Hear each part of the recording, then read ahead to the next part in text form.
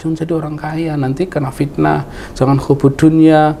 Nek nganggo obat herbal, kuwi lara tur bumbuan mari ora. Madu asli itu ketika dimasukkan di kulkas, mengkristal, ternyata madu asli juga mengkristal. Nggak dirubung semut, kemudian korek dimasukin masih bisa nyala, nggak bisa tembus kertas dan sebagainya lah.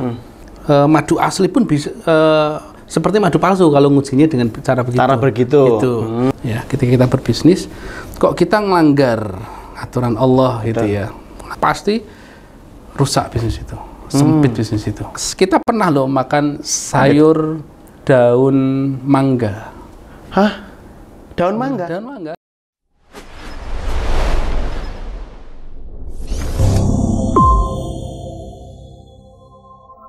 Bismillahirrahmanirrahim. FKM Podcast, hangatkan hati, hangatkan pikiran.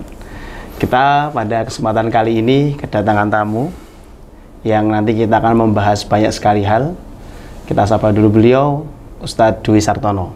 Assalamualaikum Ustadz. Waalaikumsalam. Kita pertemuan pertama kali nih Ustadz. Ya, cuman karya antum sering saya nikmati. Apa itu beliau ini adalah owner ya? Owner of founder sebetulnya Ustadz? Ya, dua-duanya. Dua-duanya lah ya. Dari Naturafit. Ya, kalau teman-teman herbalis, saya kira kenal lah dengan produk itu yang dimana-mana sudah terjual. Mungkin satu bulannya bisa terjual berapa itu, Ustaz? Sudah banyak, Ustaz ya? Ya. Alhamdulillah. Alhamdulillah, ini perkembangannya cukup luar biasa. Nah, kita nanti pada kesempatan ini coba kita akan membahas kira-kira kita bicara dari sudut pandang bisnis tapi yang syariah. Ya, kalau kita dengar ada istilah praktisi bisnis syariah. Ya, karena kalau bisnis itu kan biasanya kan berkecimpung tentang kalau nggak punya modal ya utang, dan yang salah itu kan kadang utangnya kepada tempat-tempat yang tidak dibenarkan. Begitu Ustadz ya? Ya. Nah, sekarang gini Ustadz, kita mulai dulu dari background Ustadz itu kira-kira kenapa kok bisa lari ke bisnis Ustadz? Itu gejolak apa yang menjadikan itu terjadi? Kenapa nggak ngajar aja gitu? Iya. Gimana Ustaz? Ya, bismillahirrahmanirrahim. Assalamualaikum warahmatullahi wabarakatuh. Waalaikumsalam. Terima kasih, jazakumullah, dipercaya untuk berbicara di teman-teman FKM Indonesia, FKM Podcast. Yes. Saya selama ini juga menikmati. Alhamdulillah. Banyak mendapat inspirasi dari FKM Podcast. Semoga FKM Podcast selalu mendapat berkah dan amin. Kemudian dari Allah SWT. Amin. Ya, sebelumnya mungkin saya sampaikan di sini ingin sekedar sharing ya, diundang sama Mas Ajis, sama Ustadz Kholis, sharing lah. Bukan bermaksud menggurui karena saya jauh dari itu gitu ya. Cuman saya memang praktisi, kalau dari disebut praktisi bisnis syariah sejak 2006. 2006? Ya, saya mulai benar-benar bukan fokus ya, sampingan bisnis itu di 2006. Waktu itu saya ngajar di pondok pesantren, cuman pondok pesantrennya tidak bisa memberikan uang sabun gitu ya, akhirnya mau harus cari sendiri gitu. Dan kebetulan di sana bendahara plus fundraising plus ya bapak gitu, rintisan pondok di Sulawesi gitu. Akhirnya saya jual HP saya pertama kali bisnis. Jual HP waktu mau pergi itu diberi HP sama ibu. Oh gitu. Biar bisa komunikasi ya. Waktu itu tahun 2006 saya jual, saya gunakan untuk modal. Nggak bisa hubungan atau? Ya nggak bisa, beberapa bulan. Merelakan itu ya? Iya. Terus jual HP, waktu itu jual HP untuk borong kebun duren. Borong? Kebun duren. HP-nya bagus dong berarti? Ya 2 jutaan waktu itu. Oh, lumayan lah. 2006 2 juta cukup bagus itu. Iya. Jual 2.500.000 lah tepatnya. Di sini sih belinya 2 juta kurang sedikit, tapi di sana laku 2.500.000. Di luar Jawa berarti? Di Sulawesi. Oh iya, Sulawesi. Nah, nggak jauh dari pondok yang tempat saya mengajar itu, satu kebun gitu dijual durennya gitu. Buahnya aja. Kemudian saya datang, saya hitung satu-satu. Itu ada 1 hektar ya, sekitar Ya, ada sekitar 70-80-an pohon waktu itu. Saya hitung yang gede-gede aja. Ini kalau saya beli, untung ini. Yeah. Itu makanya deal 2,5 juta. Terus saya tungguin beberapa minggu sudah dapat uang 5 juta. Berarti 2,5 itu bisa untuk memborong itu? Iya. Waktu itu ya? Waktu itu. Oh, iya. Karena satu talaja kalau orang Sulawesi ngomong satu ikat 3 biji itu harganya 5.000 cuma di sana. Oh, waktu panen-panennya ya? Ya, itu akhirnya sudah dapat 5 juta sekian, tapi masih banyak. Ditawar orang kebunnya itu, sisanya itu 2.500.000 juga. Padahal yang gede-gede udah jenengan ambil? Udah kita ambil. Masya Allah, jadi akhirnya menarik juga ya. Oke. Ya mungkin karena tadi ya, kita di situ ngajar fisabilillah lah begitu ya. Dan kita harus mikir makannya santri-santri korban, maaf ya, korban perang Poso waktu itu ya. Santrinya ya mayoritas free, jadi yang menjarikan ya ustadznya gitu, yang ngajar ustadznya. Begitu ceritanya. Ustadznya yang survive ya dia? Betul. Jadi itu berarti lulus pesantren langsung kan? Lulus pesantren. Wah, gitu. Jadi mungkin karena kepepet gitu ya. Kepepet nggak? Saya tunggu-nunggu minggu pertama, bulan pertama kok nggak ada sabun ini, gitu kan.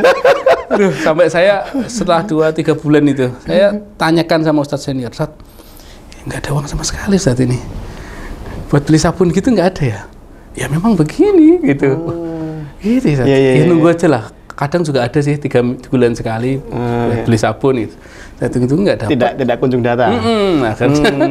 Akhirnya itulah survei. Iya. Berarti gini saja, yang saya tangkap berarti dari diri antum sendiri sudah ada gejolak itu untuk bisnis, Tad. Di pondok pun pernah nggak? Ini saya tanya. Pernah. Oh ya benar. Mungkin sudah, itu dalam tanda petik belinya saya di pondok gitu. Tapi bermanfaat waktu lulus. Tapi masya Allah ketika di pondok itu saya beli tas, beli ransel, beli tenda. Baru itu sendiri pakai uang ya, karena waduh ini kalau diceritain agak apa ini menyedihkan gitu. Gak apa-apa ya. Kita menjual air mata gitu ya. Ya teman-teman sudah pada beli sandal Eiger waktu itu kan rame-ramenya. Anak pondokan ya, Eiger ya. Maaf nyebut. Nggak apa-apa Ustaz, bebas. Saya pengen banget sudah sama bapak ke toko. Ternyata lihat harganya bapak nggak mampu beli. Waktu itu 65.000 kayaknya. Padahal udah seneng sekali mau beli sandal Eiger kayak temen-temen gitu kan. Passionnya anak-anak pondokan gitu. Itu nggak bisa beli. Wah, yes, akhirnya sempat juga di pondok itu cuman sekedar pengen pakai sabun cair. Karena sekarang biasa banget kan. Kalau dulu yang pakai sabun cair itu orang yang punya duit. Betul. Waktu itu ya.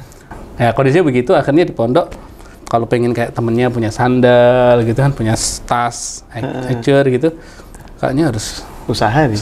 Oke. Nah makanya saya bilang belinya saya itu nggak tahu ya ini. Boleh nggak? Sebenarnya boleh nggak di pondok itu? Karena uang SPP itu. Wah, ada ini ngajarin santri nggak ini? Nggak ada apa-apa. Uang SPP. Jadi sebelum pulang liburan waktu itu kan sebulan sekali ya. Teman-teman pada nitip pengen beli kaos North Face waktu itu kan. Oh ya. Di Pabelan itu ada. Beli 3 harga grosir gitu ya. Akhirnya maaf banget Ustadz yang di pondok. Uang SPP kita belikan dulu, sampai di pondok langsung laku, terus baru buat bayar. Loh itu nggak apa-apa dong, Tat? Ya kan. Cuman telat apa berarti ya? Nggak telat juga, kan langsung. Dan sampai pondok langsung kena dikasihkan yang mau beli, dapat uang langsung bayar. Nah nakalnya di mana? Ya kan, ini amanah untuk bayar SPP. Oh alah. Tapi kok malah dipakai beli kulaan dulu gitu. Ya itulah kalau tadi ditanya kok bisa bisnis ya itu dari situ tuh. Nanti kepekaannya memang di pondok pun sudah teruji. Ya. Karena gitulah. Cerita banyak ustadz itu juga awalnya dulu jualan apa itu namanya majalah. Zaman dulu kan ada majalah-majalah Islami yang dijual sama anak-anak pondok, tapi sebenarnya itu dilarang di pondok gitu, nggak boleh. Cuman ada yang ngeyel, tapi setelah dia lulus malah jadi pembisnis hebat. Iya. Gitu. Kalau di situ belum ada larangan. Waktu itu belum ada larangan. Jadi saya bawa kaos, kaos itu. Jualan itu, alhamdulillah. Oke. Berarti gitu. Memang awalnya dari situ, kemudian terpupuk lagi di Sulawesi. Nah, setelah itu bisnis pertama, Ustadz, karena kita mau fokus ke bisnis Islami, bisnis pertama yang antum geluti. Pertama saya jual dan madu. Diseriusi. Jual madu. Tahun berapa, Ustadz? 2006. 2006 waktu di Sulawesi? Iya, pas jadi Ustadz itu. Berarti bisnis madu. Ya. Setelah durian itu. Setelah durian dapat modal, sebagian untuk makan pondok santri, terus ada buat beli madu, pulaan madu di petani ya, hutan. Petani gitu langsung kan. Ya. Nah, itu terus waktu itu kalau teman-teman tahu ada pendulu di Poso ya, di Poso itu di pinggir jalan itu ada jualan madu itu. Yang apa itu namanya? Jerigen-jerigen itu? Bukan? Sudah botolan. Ya sedikit juga. Jadi jalan antara Poso ke Sulawesi Selatan itu dulu kan sering wirawiri. Kalau ngisi kajian dari Sulawesi Selatan sampai ke Poso. Jauh kan? Iya, perjalanan 3 jam. Wah. Nah, itu dari sana bawa madu untuk dijual di situ gitu. Oh, ya.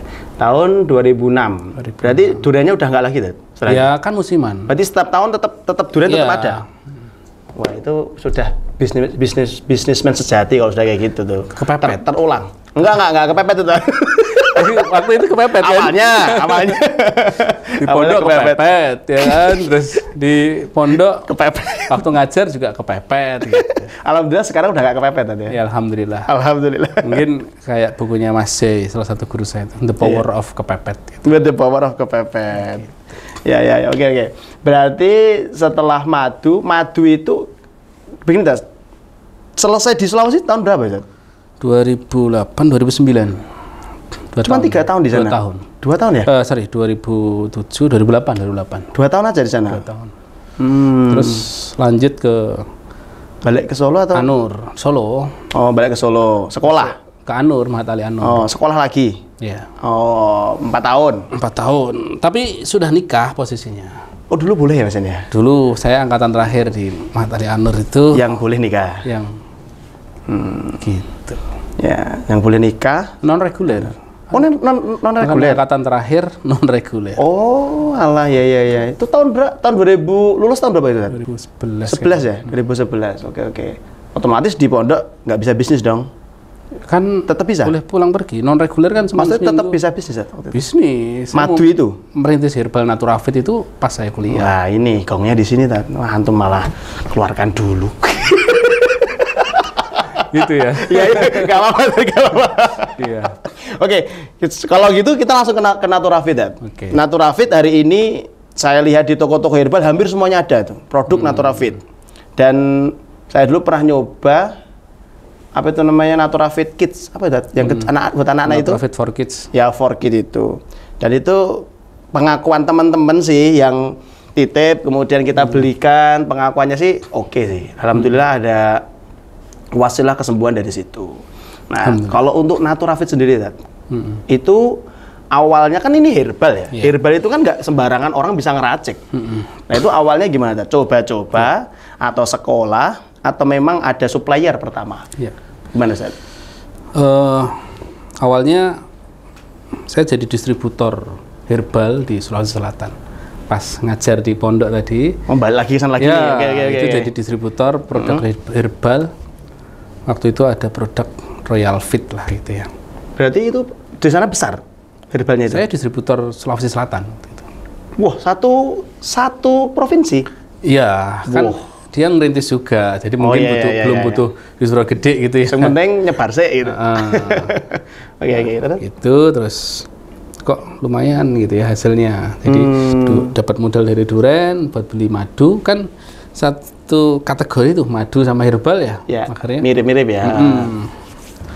Ya terus kulakan herbal di Jawa, di Jogja, saya jual, terus binaan-binaan yang di Poso, agen-agen kita waktu itu di Poso, di Tenggara, nah itu terus akhirnya diangkat jadi distributor di Sulawesi Selatan. Ya. Itu yang apa tadi namanya, yang di Sulawesi? Apa tadi namanya? Pondoknya? Bukan, yang herbalnya. Yang jadi distributor tadi loh. Oh, Royal Fit. Royal Fit. Berarti memang berawalnya dari melihat potensi. Ternyata herbal ini cukup menjanjikan untuk masalah finansial dan mungkin juga menunjang untuk membantu kesehatan umat ya tadi ya. Oke. Berarti setelah itu apa? Ayo langsung coba-coba bikin atau sekolah? Ya, setelah itu kan sekitar 1 tahun ya. Ya. Terus saya sekolah. Kayaknya menarik nih herbal ini gitu ya. Dari dulu saya sukanya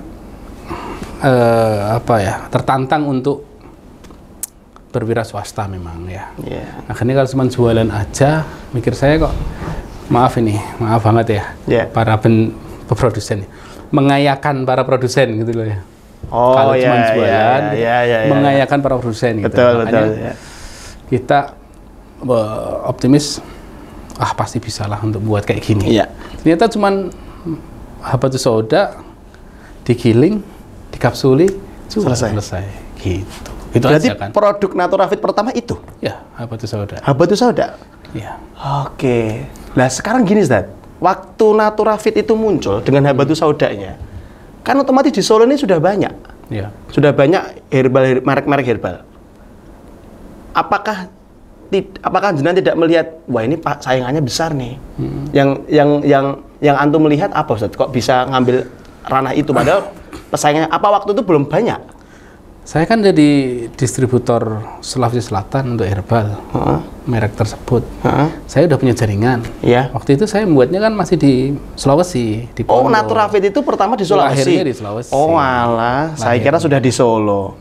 Berarti dibawa ke Solo udah mateng berarti? Ya, setengah mateng. Setengah mateng. Saya beli dari sini kiloan, gitu, kirim ke sana. Tapi tetap bahannya dari Jawa? Dari Jawa. Oh gitu, oke. Dikapsuli di sana, nanti istri yang ngapsulin sama saya ngajar pagi, istri ngapsulin. Masya Allah. Indah ya gitu ya? Masya Allah. Indah ya Mas ya? Kapan istri antum ngapsulin? Belum terawang. Oke, berarti distributor pun tetap harus bungkusi sendiri waktu itu berarti ya? Enggak Nah itu tadi? Saya, ya waktu itu distributor obat jadi ya produk jadi dari sini. Terus produk yang baru saya rintis itu saya udah mulai ngapsulin tadi, mulai produksi lah. Bentar, ada yang menarik Ustaz. Di tengah-tengah antum jadi distributor, antum juga merintis bisnis? Iya. Seperti itu Ustaz? Iya. Dan itu sah-sah saja kan ya? Sah kan nggak ada ikatan, nggak boleh jualan yang lain, kan beda produknya. Lah sana produknya apa? Produknya ramuan. Iya. Nah kayak kita jualan herbal aja kan. Iya. Contoh nih di sini ada toko herbal, kan boleh semua merek dijual. Betul. Sendiri juga boleh. Lah kadang itu kalau kita sudah menjadi penjual distributor, sudah terlalu nyaman, kita nggak mikir ke situ Tat. Ya karena tadi ya jiwa wirausaha bergejolak di situ, akhirnya muncullah kepekaan itu, dan kepekaan itu mahal loh Tat. Tidak semua orang punya gitu. Tidak semua orang punya kepekaan itu. Ya mungkin kepepet tadi sih. Wah, kepepet terus. The power of kepepet. Nah ini kita intinya the power of kepepet. Oke. Muncul nama Naturafit dari mana Ustaz? Naturafit ya. Bisikan dari mana itu? Atau sudah lupa? Enggak sih. Waktu itu namanya ini sempat berganti beberapa kali. Waktu itu Naturafit Plus. Awalnya? Ya, Naturafit Tibu Nabawi Plus gitu. Terus Naturafit gitu. Itu dari ini alam itu kan nature ya. Kemudian fit sehat, berarti sehat dari alam. Gitu. Maka tagline Naturafit itu healthy by nature. Gitu. Sehat dengan dari alam. Keren. Naturafit. Oke. Sehat dari alam. Oke. Berarti waktu ngerintis di Sulawesi, kemudian singkat cerita setengah matang dibawa ke Solo lah. Gitu saja. Itu posisi setengah matang itu artinya memang sudah jalan, cuman keuntungannya belum besar. Apa gimana setengah mateng itu? Betul. Jadi kita udah punya jaringan di Sulawesi. Kita memanfaatkan waktu jaringan kita di Sulawesi. Terus saya menuntut ilmu lagi di Karyasari. Mana itu? Di Jakarta. Itu ada kampus STIPHI namanya. Sekolah Tinggi Ilmu Pengobat Herbal Indonesia. STIPHI. Di sana alhamdulillah teman saya itu ada 27 yang lebih dari 30%, sekitar waktu itu dari 27 itu ada 7 atau 8 ya, itu dokter. Dokter yang sekarang muncul di TV One itu sering. Siapa namanya? Saya khawatir beliau nggak berkenan ya. Oh iya. Tapi kok udah di TV One? Ya. Maksudnya beliau sudah memang keluar, sudah aktif di penyiaran umum? Narasumber dokter, kemudian jadi narasumber kesehatan gitu. Itu alhamdulillah dari 27 itu saya ranking 1.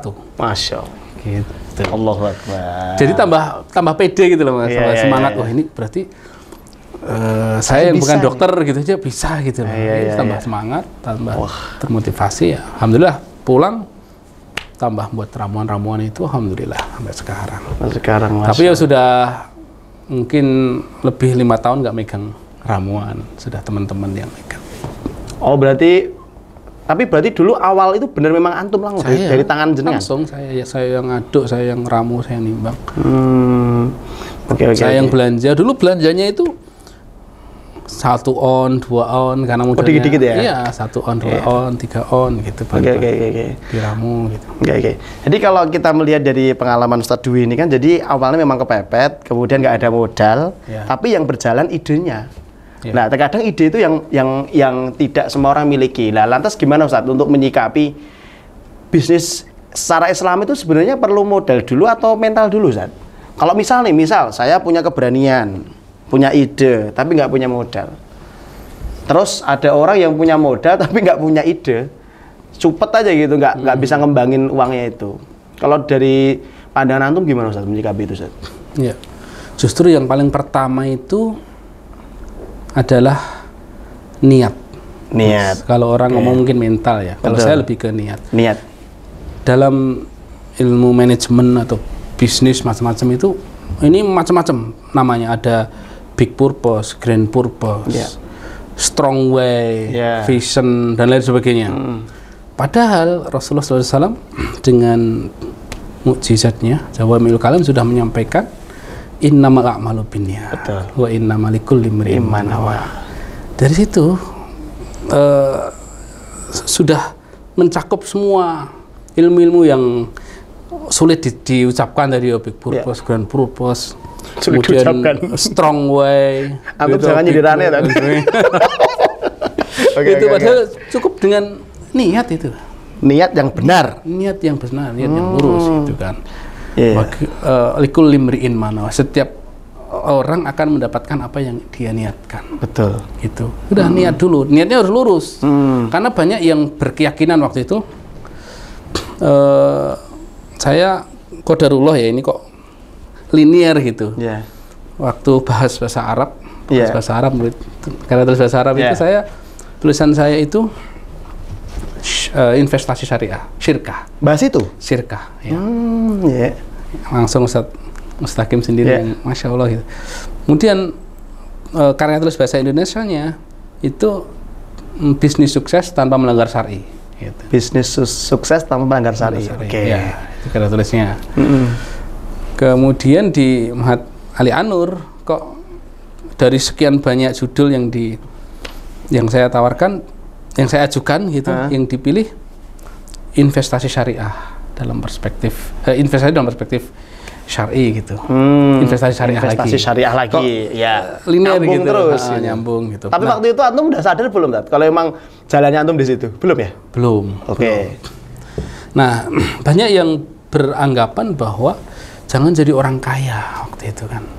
Jangan jadi hubbud dunia. Betul. Gitu kan. Itu fitnah gitu ya. Betul. Nanti terkena fitnah, nanti hisapnya akan diperberat lama gitu Kalau banyak harta kemudian nggak digunakan untuk memudahkan jalan menuju surga, hisapnya akan dipersulit. Tapi kalau harta itu kita jadikan untuk mempermudah jalan kita menuju surga, apa salahnya? Ya, apa salahnya gitu kan.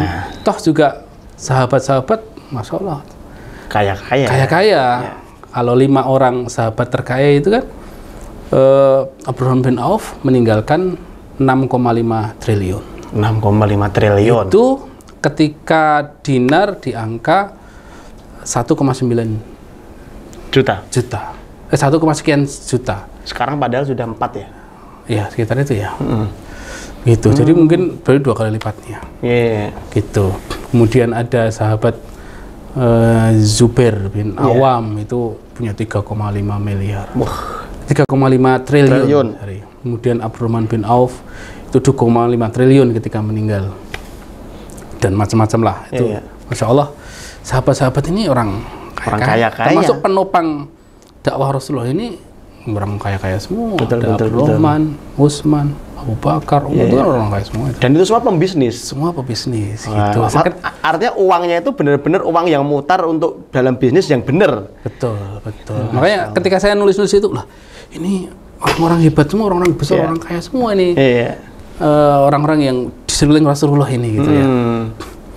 Terus kok keyakinan, maaf ya, waktu itu keyakinan sangat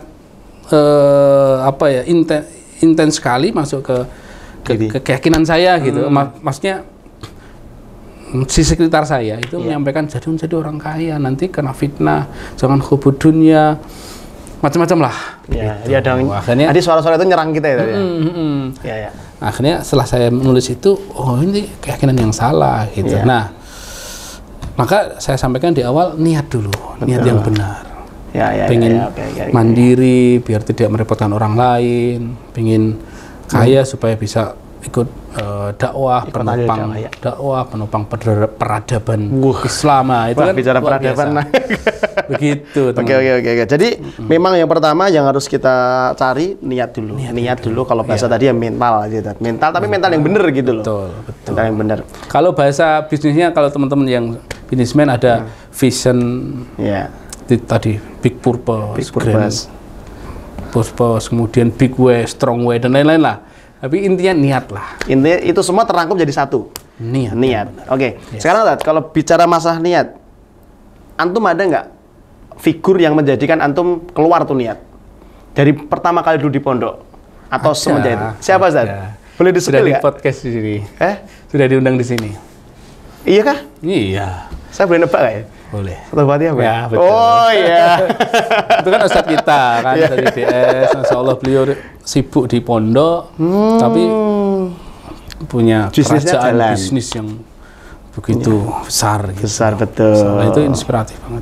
Dan beliau waktu ngajar pun juga nyinggung-nyinggung itu juga. Spill-spill gitu saja. Oke. Jadi kalau dari kalangan sahabat nggak usah ditanya lah ya. Sangat banyak sekali, dan literasi antum saya kira juga lebih banyak daripada saya, kalau saya jelas. Jadi literasi antum untuk masalah itu saya yakin juga banyak sekali untuk menopang keyakinan bahwa tentang masalah niat bisnis ini harus lurus dulu. Nah kemudian setelah niat ini, kalau kita pengen bisnis menjadi praktisi syariah itu apa yang diperlukan, Ustaz? Pengalaman antum? Keyakinan bahwa ketika kita lurus ya, kemudian tidak melanggar syariat, itu pasti akan dimudahkan bisnis kita. Gitu. Saya sangat terinspirasi dan sering saya sampaikan ketika kita disuruh ngisi gitu ya. Sebuah ayat, nanti tolong dibenarkan ya, saya lupa surat dan ayatnya. A'udzubillahi minasyaitonir rajim. Wa man a'rada an dzikri fa inna lahu ma'isyatan. Kalau kita belok ya, kita berpaling dari aturan-aturan Allah, maka kita akan menghadapi kehidupan yang sempit gitu kan. Termasuk ketika kita berbisnis. Ketika kita berbisnis, kok kita ngelanggar aturan Allah gitu ya. Melanggar aturan Allah, pasti, saya sudah sangat yakin pasti rusak bisnis itu, sempit bisnis itu. Ya minimal kalaupun banyak nggak berkah gitu. Betul, nggak menenangkan, nggak bahagia. Oke. Saya waktu nulis karya tulis di Ma'had Ali An-Nur itu saya menemukan bahwa hampir semua pelanggaran syariah itu akan menghancurkan bisnis. Gitu. Sebenarnya begitu. Terus kok di luar sana banyak yang 100% melanggar syariah kok sukses. Ya bisa jadi itu istidraj gitu ya. Paling gampangnya karena gitu memang. Contoh riba. Riba itu kan luar biasa tuh. Penghancur bisnisnya luar biasa. Banyak perusahaan-perusahaan besar itu hancur gara-gara ini. Yang baru saja di Solo, di Sukoharjo gede sekali ya. Pilot. Salah satunya itu. Kemudian Maisir. Itu juga penyumbang yang sangat dominan kehancuran sebuah bisnis. Kemudian menzalimi orang itu juga horor, eksploitasi karyawan juga tadi. Betul. Itu dolim ya tadi. Dolim. Kalau di Naturafit waktunya kerja jam berapa saja? Kita jam 7:30 sampai jam 4. Nah, normal lah ya. Tapi nggak dolim berarti ya. Tapi istirahat dari jam 7:30 sampai jam 8 itu waktunya untuk salat duha, baca Al-Quran, briefing gitu setiap hari. Di situ itu berarti ya. Karena setiap personal ada target masing-masing membaca Al-Quran. Jadi katakan manajer ke atas itu one day one juice. Manajer ke atas one day one juice. Oke. Kemudian supervisor itu setengahnya. Karena sibuk ya tadi. Karena ruwet gitu di lapangan. Ya pasti mereka belum terbiasa aja gitu kan. Dan biasanya levelnya kalau biasanya sudah di level manajer udah sering kumpul dengan kita ajak safar. Di situ kan nilai-nilai Islamnya kita masukkan terus gitu. Karena tagline kita itu bermitra di dunia, bertetangga di surga. Masya. Siapa yang nggak mau coba kalau tagline kayak gitu? Oke, berarti faktor terpenting nomor 2 setelah niat adalah keyakinan, dan tentunya dalam keyakinan itu tidak melanggar syariat. Ya, termasuk tadi disebutkan riba, maisir, dolim. Ya, kadang memang beberapa pembisnis itu yang mereka fokuskan carinya satu, keuntungan. Padahal kalau menurut antum sendiri keuntungan itu apakah nomor 1? Kan tidak. Iya, karena kemanfaatan kan. Kemanfaatan itu. Karena kan kalau kita memang fokus ke dunia saja, malah kata Nabi itu kan waja'ala faqrahu ainaihi itu kan. Jadi matanya malah dipenuhi dengan kefakiran gitu. Farraqalahu samlah. Lah, iya malah dicerai-beraikan gitu kan. Dicerai-beraikan kebutuhan hidupnya. Kemudian waja'alal faqra baina ainaihi. Betul. Kan dijadikan rasa kurang di kedua matanya, dan bahkan walam ya'ti dunya illa bima quddirolah. Itu kan itu tidak didatangkan rezeki dunia kecuali hanya sekedar takdirnya dia yang sudah ditakdirkan. Tapi kalau wamangkana hammuhul akhirata itu kan barang siapa yang himmah, kegalauan, kegundahan itu untuk akhirat, itu jama'allahu lahu samlah. Itu yang sering saya sampaikan ke teman-teman. Ayo himmah kita, kegalauan, kegundahan kita benarkan itu untuk akhirat. Dengan begitu itu Allah akan menyatu padukan gitu ya. Kompak. Jama'allahu lahu samlah. Allah akan menyatukan, mengumpulkan urusan dunianya, kebutuhan dunianya. Kemudian waja'alal ghina fi qalbi. Itu sih yang paling tenang ya tadi ya. Dan menurut saya paling menarik juga selanjutnya ya. Wa atat hudunya wa huwa raghimah itu. Iya, betul. Dan dunia akan didatangkan kepadanya dalam keadaan hina, rendah. Betul. Mudah gitu kalau saya mengerti. Jadi sebanyak apapun yang dimiliki oleh orang-orang yang niatnya hidup akhirat niatnya untuk akhirat, ya sebanyak apapun yang dimiliki dia yakin itu semua bukan milik kita. Yes. Ya, dan salah satu upayanya ya dengan cara untuk membangun bisnisnya dengan sesuatu yang Allah ridhoi. Yes. Itu ya, Masya Allah. Jadi termasuk di beberapa instansi yang pernah kami isi, Ustaz. Jadi itu ada beberapa yang ada memulai setiap Seninnya, ya walaupun belum bisa setiap hari ya, kayak Naturafit kan setiap hari itu. Setiap hari ya. Jadi beberapa instansi itu ada yang belum bisa setiap hari, tapi ada satu hari itu untuk inspiring morning. Jadi inspiring morning itu usaha untuk saling menasehati di waktu itu hanya beberapa menit saja. Dan tujuannya itu untuk mengarahkan supaya apa yang kita cari ini hammahnya untuk akhirat. Ya, kadang nek mboten dilengke ngoten niku kan kadang bablas ngoten lho, Dad. Iya, betul. Kalau kita ada kajian rutin Sabtu pagi itu. Sabtu pagi. Karyawan ya. Setiap pekan? setiap pekan. Masya Allah. Setiap pekan.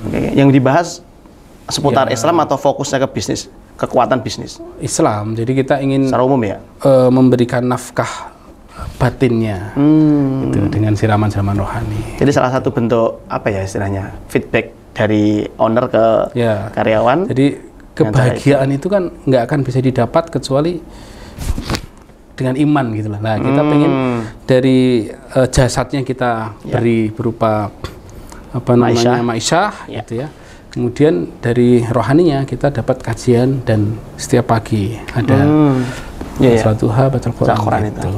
Oke. Itu yang kedua, Ustaz. Yang ketiga, Ustaz, apa yang bisa dimasukkan ke kita? Niat, keyakinan. Yang kedua itu lebih ke ini. Apa namanya? Taat gitu ya. Mengikuti aturan syariat. Mencari ridho. Ya, ridho gitu ya. Oke. Kalau yang ketiga baru yakin tadi berarti. Bukan, yakin itu masuk di niat. Berarti jadi yakinnya masuk di nomor 1. Niat ya, bahwa jalan mencari ma'isyah berwira swasta itu benar, disyariatkan. Gitu kan. Kemudian yang kedua, ngikuti syariat. Ya, jangan ngelanggar. Jangan ngelanggar. Ya, sekali ngelanggar, kedepannya sudah sempit hidupnya, sempit usahanya, dan lain-lain lah. Ruwet uripe gitu. Oke. Selanjutnya ada lagi atau sebenarnya pondasi bisnis ini, Dad? 3, paling nggak ada 3. Satu lagi apa, Dad? Yang satu adalah ilmu. Ilmu apa ini? Ilmu semuanya, bisnisnya? sebagaimana yang disampaikan Imam Syafi'i, Imam Syafi'i ya. Beliau menyampaikan man arada dunya fa'alaihi bil ilmi wa man arada al akhirata fa'alaihi bil ilmi wa man aradahuma fa'alaihi bil ilmi. Barang siapa menginginkan dunia, maka wajib baginya untuk berilmu. Barang siapa menginginkan akhirat, wajib baginya untuk berilmu juga. Dan barang siapa menginginkan keduanya, wajib baginya berilmu. Gitu. Jadi sampai saat ini, nanti saya pulang juga langsung mabit itu sharing para owner bisnis. Sharing para owner bisnis itu ya dalam rangka untuk thalibul ilmu bisnis pastinya gitu. Gitu. Oke. Berarti memang salah satu usaha dari panjenengan untuk Naturafit ini memang tadi ya, kajian tadi kan salah satu bentuk untuk menumbuhkan ilmu. Ilmu dan dari ilmu itu ya kalaupun dunia dapat, insya Allah akhiratnya juga dapat. Gitu Ustaz ya? Masya Allah. Oke, jadi kalau resep dari Ustaz Dwi seperti itu. Jadi kalau kita teman-teman mau memulai bisnis, jadi yang pertama yang harus kita perhatikan adalah niat dan yakin. Karena tadi kalau kita lihat, kalau kita tarik ke belakang tadi, niat antum itu sangat mulia sekali, Ustaz. Ngopeni santri itu tadi loh, Ustaz. Kayaknya dari situ sih munculnya. Bisa jadi. Ngopeni santri, dan waktu itu kan mungkin kalau yang saya husnudon kan, jenengan nggak ada niatan untuk cari untung untuk pribadi. Artinya kalaupun ada kan nggak sebesar yang sekarang gitu. Kalau dulu kan mungkin yang penting aku iso iki, santri bisa menikmati. Begitu. Ya mau nggak mau sih, sekali lagi kepepet. Iya betul, kepepet tadi. Kalau nggak gitu, kita pernah loh makan sayur daun mangga. Daun mangga? Daun mangga di sayur karena sudah nggak ada makanan. Jadi saya datang langsung, santri tak ajak nanam sayur singkong. Kebun itu sayur singkong, tanam semua. Cabai, terong gitu ya. Biar nggak beli terus gitu. Gitu. Berarti sampai memang titik serendah itu dulu itu. Masya Allah. Oke, sekarang kita balik ke Naturafit. Naturafit hari ini sudah berkembang pesat. Amin. Insya Allah ya. Amin. Belum, masih. Ya kalau menurut kita berkembang pesat, karena kita nggak punya bisnis. Oke. Jauh lah dibandingkan teman-teman gitu kan. Kalau jalurnya bisnisnya Naturafit ini lewat gimana, Zat? Aslinya lewat distributor atau ada toko-tokonya? Cara mainnya gimana bisnisnya? Jadi kita Naturafit Group ya, itu saya bagi menjadi 2, manufaktur dan supply chain. Manufaktur itu yang B2B, jadi bisnis to bisnis. Jadi pabrik, kita ada 2 pabrik herbal dan pabrik kosmetik. Di mana tempatnya? Di Masaran semua. Oh, Masaran semua. Pabrik herbal dan pabrik kosmetik. Itu untuk maklun. Jadi marketnya itu bisnis. Gitu. Keduanya. Yang satu supply chain itu B2C. Kita langsung bangun brand. Langsung kita jualan langsung ke market. gitu, baik online maupun offline. Kalau online ya kita ada tim digital marketing. Kalau offline kita ada Madumat. Ya, itu tadi saya bilang saya penikmat Madumat. Nah, itu produknya Madumat. Oke. Sama di apotek-apotek. Jadi kalau apotek, biasanya apotek yang gede, yang rame itu yang kita masukin. Nanti ada SPG saya di sana. Jadi kita punya gerakan menjilbabi SPG se-Indonesia. Jadi kan rata-rata kan SPG-nya kan gitu-gitu kan ya. SPG-nya juga perempuan berarti ya? Ya perempuan rata-rata perempuan. Tapi kita jilbabi, syaratnya harus jilbaban gitu. Yang aneh itu tadi di waktu kurban itu loh, ayah kurban enten SPG kambing. Ya gitulah SPG. Rata-rata begitu. Dan itu anehnya kambing untuk kurban gitu loh maksudnya. Wah ini yang pemiliknya kok ya unik nih.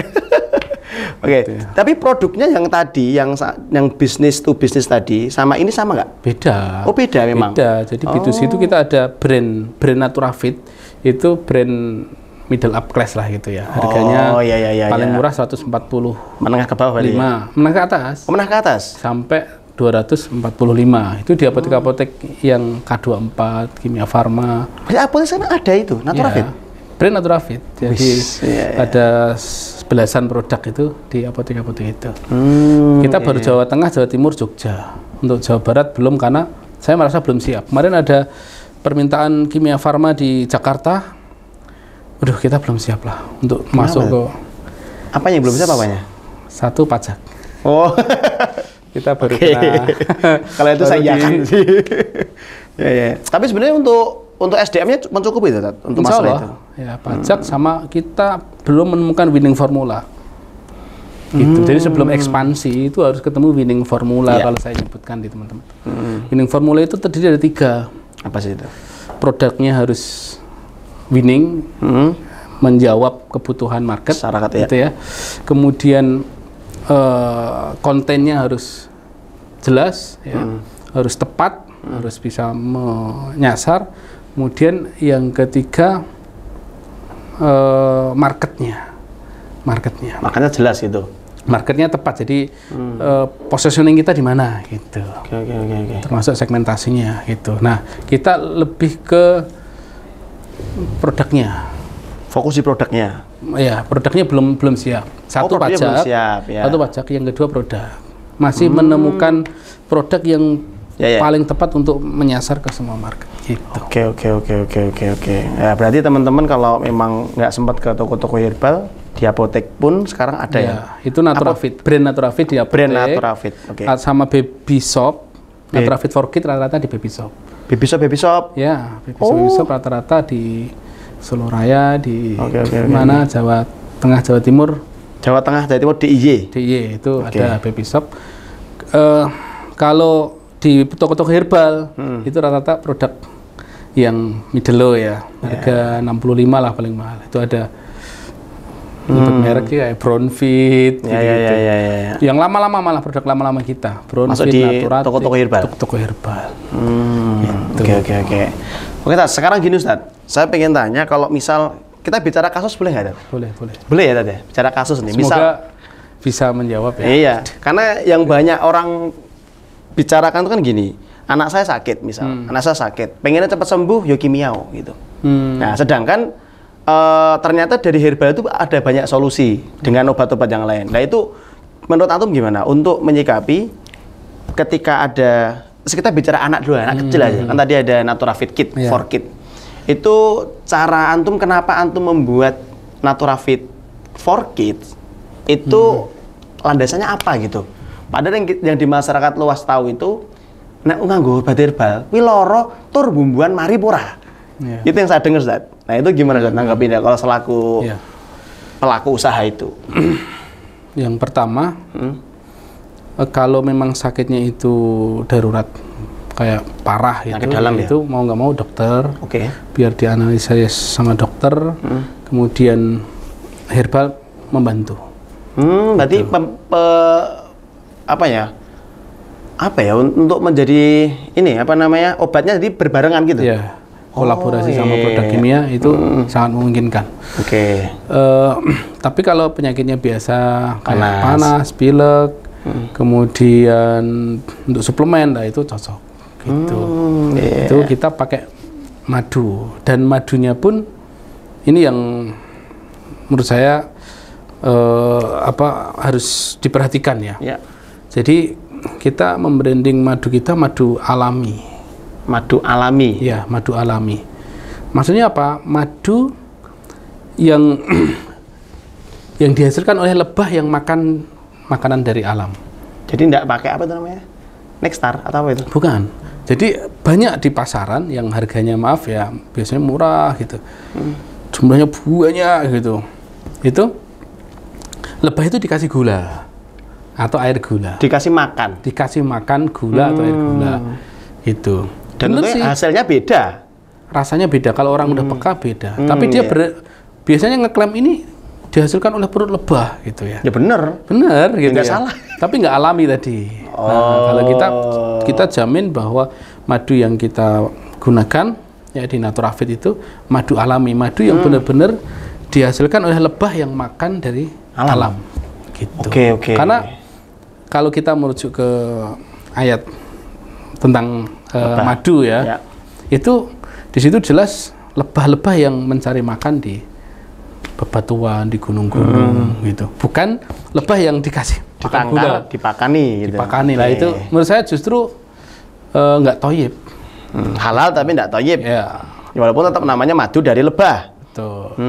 Ya, oke. Gitu. Kita bicara madu, kita minum dulu Ustaz. Manis-manis Ustaz. Walaupun ini nggak ada madunya tapi mirip-mirip madu nih. Ini dawet semuanya natural semuanya, insya Allah Ustaz. Ya, insya Allah dari teman kita Mas Agung. Tapi saya sudah minum tadi. Nggak apa Ustaz, lagi Ustaz. 3 pun boleh. Jujur, saya dicangking juga boleh. Boleh kan ya?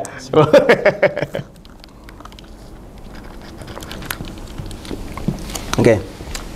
Jadi memang di Naturafit sendiri madunya memang madu alami dan terjamin.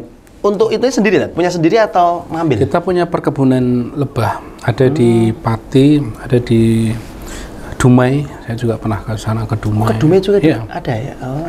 Dumai, dan karena permintaan pasar banyak, itu akhirnya kita dulu idealisme saya harus jual dari peternakan kita sendiri, gitu ya. Biar memastikan keaslian gitu. Ya. Karena banyak cara. Syaratnya jelas. Ya, gitu. Banyak cara ternyata ya nggak benar-benar amat. Ada yang mengatakan madu asli itu ketika dimasukkan di kulkas mengkristal, ternyata madu asli juga mengkristal, nggak dirubung semut, kemudian korek dimasukin masih bisa nyala, nggak bisa tembus kertas dan sebagainya lah. Nah, saya mendapatin langsung betul-betul membuktikan, saya uji langsung itu kebanyakan madu asli pun bisa seperti madu palsu kalau ngujinya dengan cara begitu. Cara begitu. Itu. Termasuk, maaf ini, yang mengandalkan SNI. Ya. SNI itu cuman syarat untuk masuk SNI itu 3 diastase number. Betul. Jadi diastase number itu enzim diastase yang sebagai tolak ukur atau parameter bahwa madu itu asli. Dan itu dapat label SNI. SNI itu cuma 3 DN namanya. 3 DN. Sedangkan madu asli, madu-madu kita yang kita ambil dari lebah yang cari makanan di alam, itu sampai 30. Wah, 20. Jauh sekali. Iya, jauh sekali. Wah. Artinya satu madu asli dicampur dengan air dawet 10 liter itu masih SNI.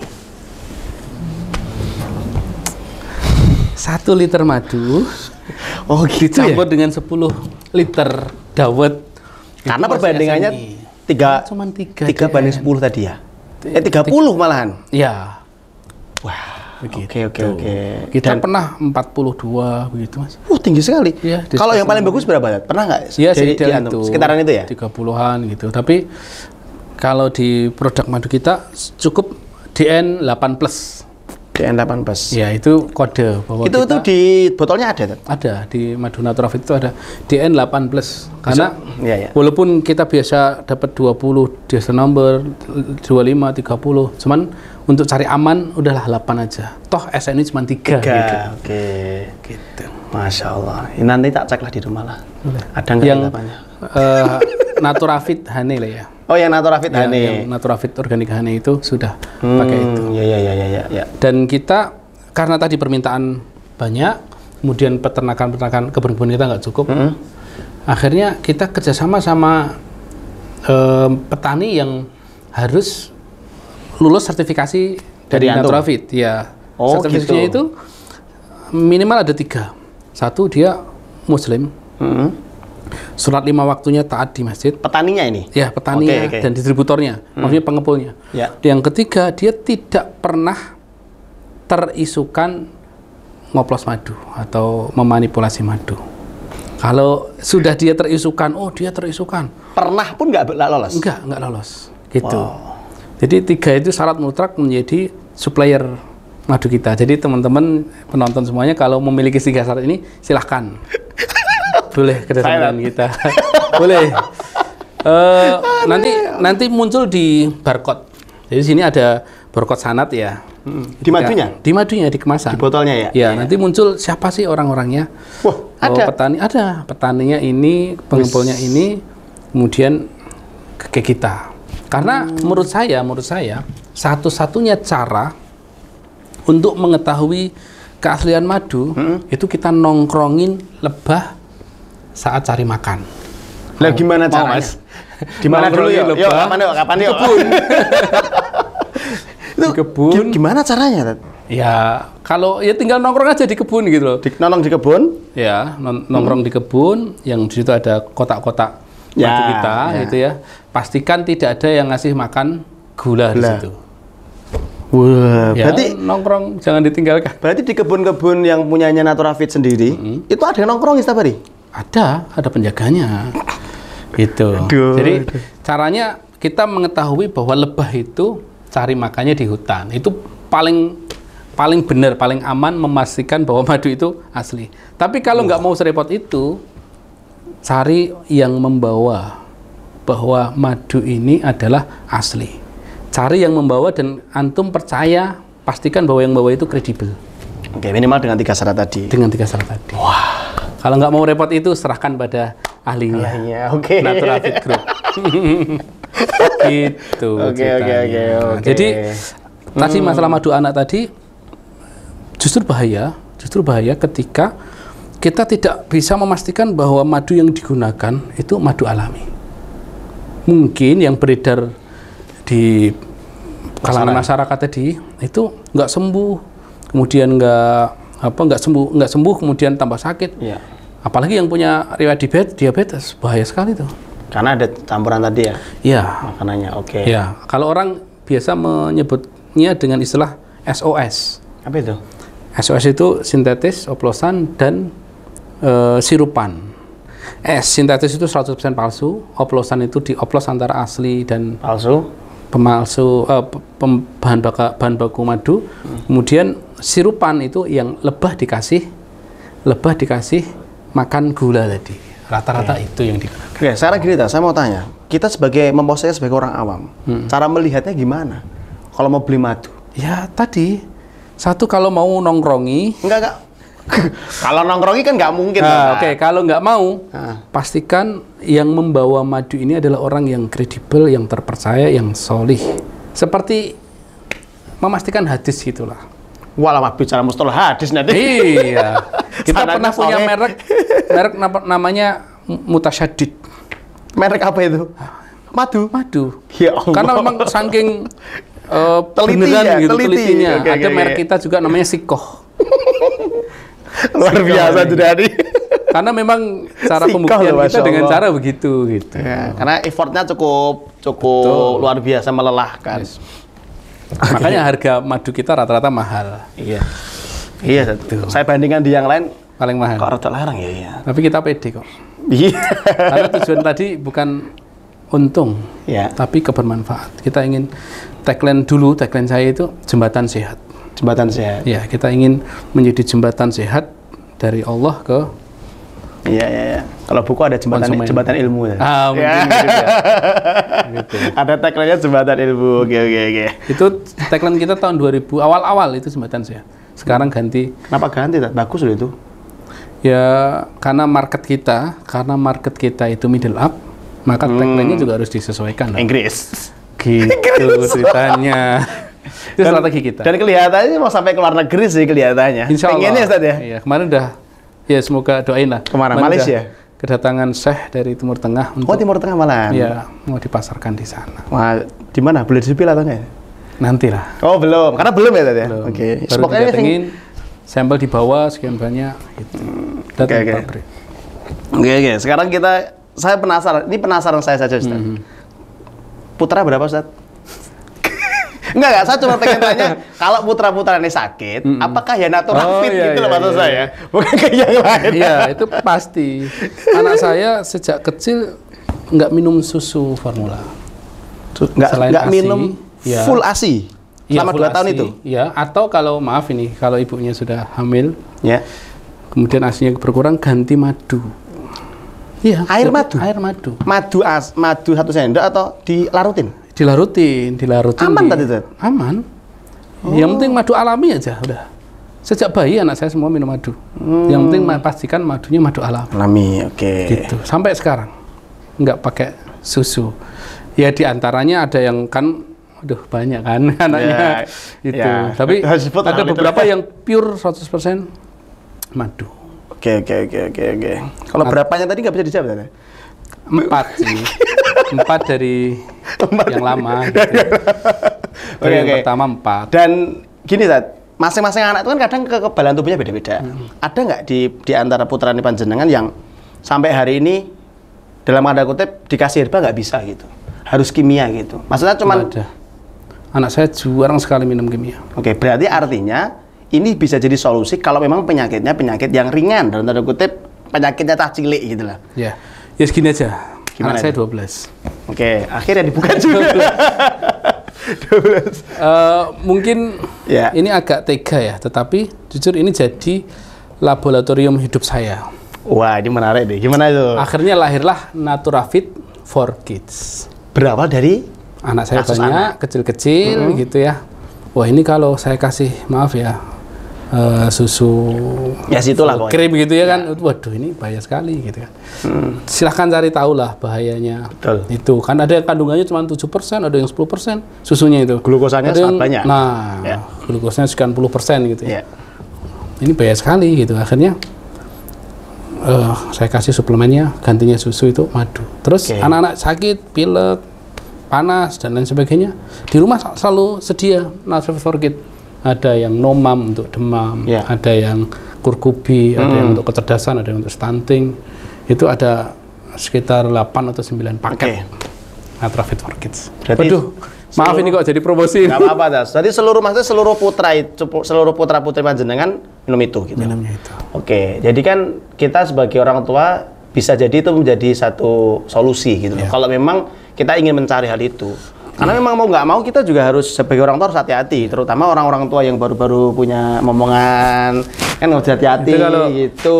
Khawatirnya kalau anak kecil terus minumnya, maaf ya, obat kimia, obat keras itu kan kasihan sekali, kasihan sekali mereka. Iya.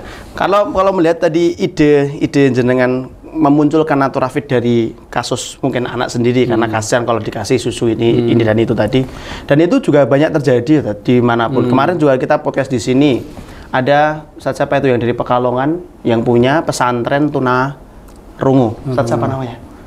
Lupa ya? Ustaz Mukhlis. Ya, mampir ke rumah juga. Oh, mampir ke rumah itu? Mampir ke pabrik ya. Nah, itu kan beliau juga menyampaikan, kenapa ada pesantren itu? Karena kasus anaknya.